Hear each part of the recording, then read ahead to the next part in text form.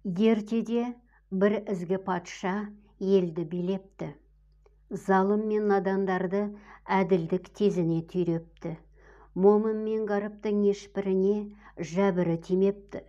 Ақыры кәрілік пен ажал қосқабат келіп салтанатын күйретті. Таққа оның жас баласы отырған екен. Ол көңілі албырт һәм батыл жан екен. Аса өзіндей арыны тасып жөн білмеді. Алып ұшқан қиялын сабырына жеңдірмеді. Ел жұртын тезірек байытқанды қалады. Ниетіне жетуге желеу болатын мақсатына лайық жанды қалады. Жер қайысқан әскер жиюды ойлады. Еңбекке жарамды жастарды үйінде қоймады. Бәрінің атқарар міндетін белгілеп берді. Әркімнің жұмысы мен шаруасын өздеріне еншілеп бөлді. Бірақ ел ішінде кәрі құрттан шал-шауқандар да жетерлік еді. Патша, бұлар сәулетті берекелі өмір үшін үлкен кедергі деді. Сөйтіп, санасына сұмдық бір ой ұялады. Қарттардың баршасын жатып шер, арам тамақ деп жариялады. Жасы 60-тан асқан адамды өлтіруді бұйырды. Осылайша қаншама жазықсыз кісінің ғұмыры мезгілінен бұрын қиылды. Шат-шадыман, қуаныш құрсан пышақ кескендей тыйылды.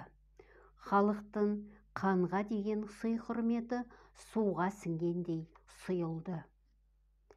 Жұрт бұйрықты орындамайын десе, жас патшаның айбатынан қорықты.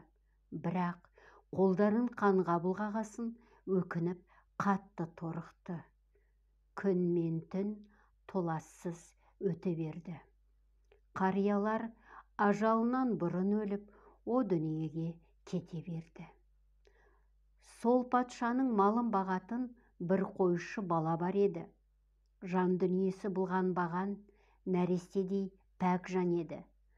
Мұның да әкесінің жасы 60-тан асқан кез екен. Кеудесі толған қазына бұрынғы жақсылардың көзі екен. Баланы ардың жолымен жүруге жетелеген сол кісінің сөзі екен. Сондықтан қойшының әкесін өлтіруге қолы бармады.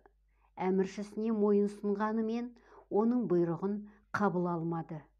Мұны естіген патшаның ашу-ызасы оянып кетті. Қойшысын дәргейіне алдырып қаһарын төкті. Жарлығымды неге орындамайсың? Жанашыр сөзімді неге қабылдамайсың? Қартайған әкеңді қашанғы бағып қағып жүресің? Масыл қылып, мойныңа мінгізіп, соған кетер бар тапқан үлесің.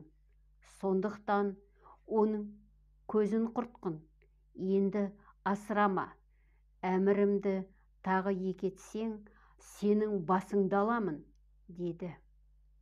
Бала үйіне келгесін қатты қиналды. Бірақ бір амал тауып, әкесін сандықта жасырып сақтауды ұйғарды. Бірде патша аң аулауға шықты. Тазысы мен бүркіті қырдан қасқыр мен түлкіні қоймады. Қаршыға мен лашыны қаз үйрегіліп, қанжығасын майлады. Олжасы мен сауғасы барған сайын молайды. Кеудесін қуаныш кернеп, көңілі тоғайды. Біраздан соң бір көлдің жағасын аялдады. Дем алмақшы болып, көкарай шалғынын саялады. Көлдің суы мұнтаздай мөлдір, түбі айнадай тақыр екен. Жуынып жатып қараса, түбінде ат басындай алтын жатыр екен. Нөкерлері жарыса сүңгіп, алтын іздеді. Қанша су қармап шықса да, аламыз деп үміт үзбеді. Бірінші кім алса, соның бақ өседі деп жарыса жан ұшырды. Бірақ ақырында бәрінің сағы сынды. Алтынды алудың амалын таппай шаршады.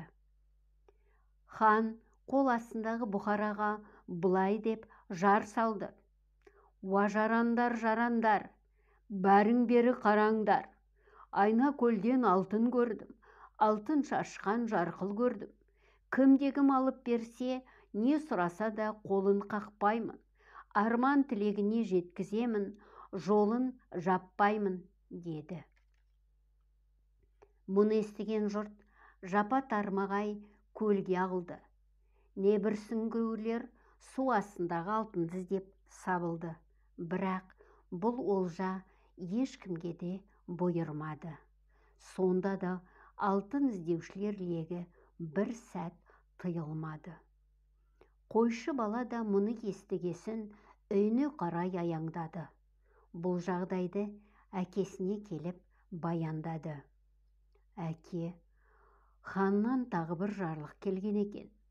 Ол көлдің түбінен бір алтын көріпті. Алтынды кім алып берсе, соның өтінішін орындаймын, сұрағанын беремін, тарылмаймын дейді. Менің де бақ сынағым келіп тұр. Алтынды тауып, сізге сауға сұрағым келеді, деді. Бұл сөзді әкесі де құп көрді. Баласына ақыл кеңес берді. Ендеше былай істе балам. Алдымен аулада жатқан темір сүйменді қолыңа ал. Одан жақсылап 4 қырлы қазық жонып ал. Содан кейін қазықты алтын жатқан жердің тұсына барып қақ. Алтынның жарқылы қазықтың қай қырынан шыққанын қарап ал анықтап. Сол жерді белгіледе, үйге қайт, сосын жауабын маған айт, деді. Жігіттің көңілі үмітке толды. Алдымен 4 қырлы қазық жонды. Сосын алтын жатқан жерге апарып қақты. Қазықтың батыс жағы сәулемен құбылып жарқыл шашты. Бала дереу үйіне қайтып келді. Көргенін қаз қалпында әкесіне айтып берді. Әкесі, олай болса алтын көлдің астында емес, батыс жақтағы таудың шар қиясында, шыңырау деген құстың ясында, сонда жатыр ат басындай алтыны. Көлге түсер көз шыдатпас жарқылы. Сезбес оны еш талапкер. Сен барып сол ұядан қарап көр, деді. Бала әкесі нұсқаған тауға барды. Қияға өрмелеп ұяны тауып алды. Ішінде жатқан ат басындай алтынды көрді. Бірден көтеріп алып қанға келіп берді. Патша, ой бәрекелді ұланым, қияны кезген қыраным, екенсің шын қайратты кер. Қалауыңды айта бер. Бірақ сен алтынды қалай таптың? Небір мықты жігіттер, сүңгуірлер көлтүбін түгел шарлады. Сонда да ешқайсы алтынға қол жеткізе алмады. Су астын кезіп, иненің жасауындай жер қалдырмай сүзді. Алтын түгіл таста жоқ екен, деп түңіліп үміттерін үзді.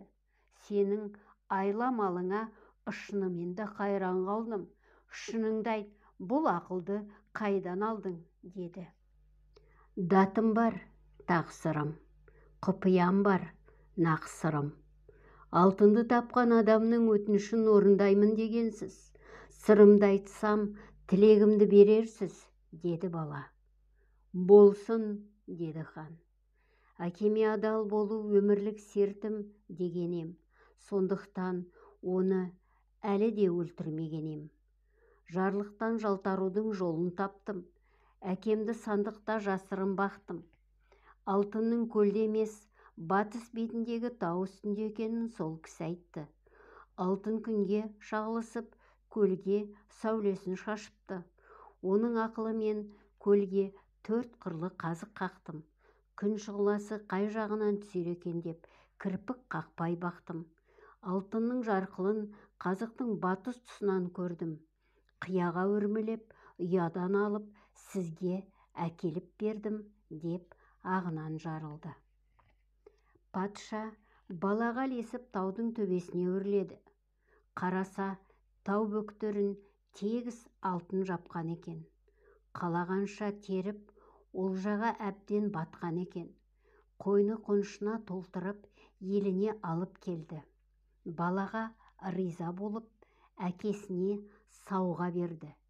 Ел ішіне қайтадан жарлық шығарып, 60-тан асқаннан ақыл сұраңдар, оларды бағып-қағып тауқыметіне шыдаңдар, қарттар тірі болсын, олардың ақылы өмірлеріңе береке боп қонсын, қарияларды өлгенше мәпелеңдер, қызметіне жарап әлпештеп жетелеңдер, қариясы бардың қазынасы бар, депті.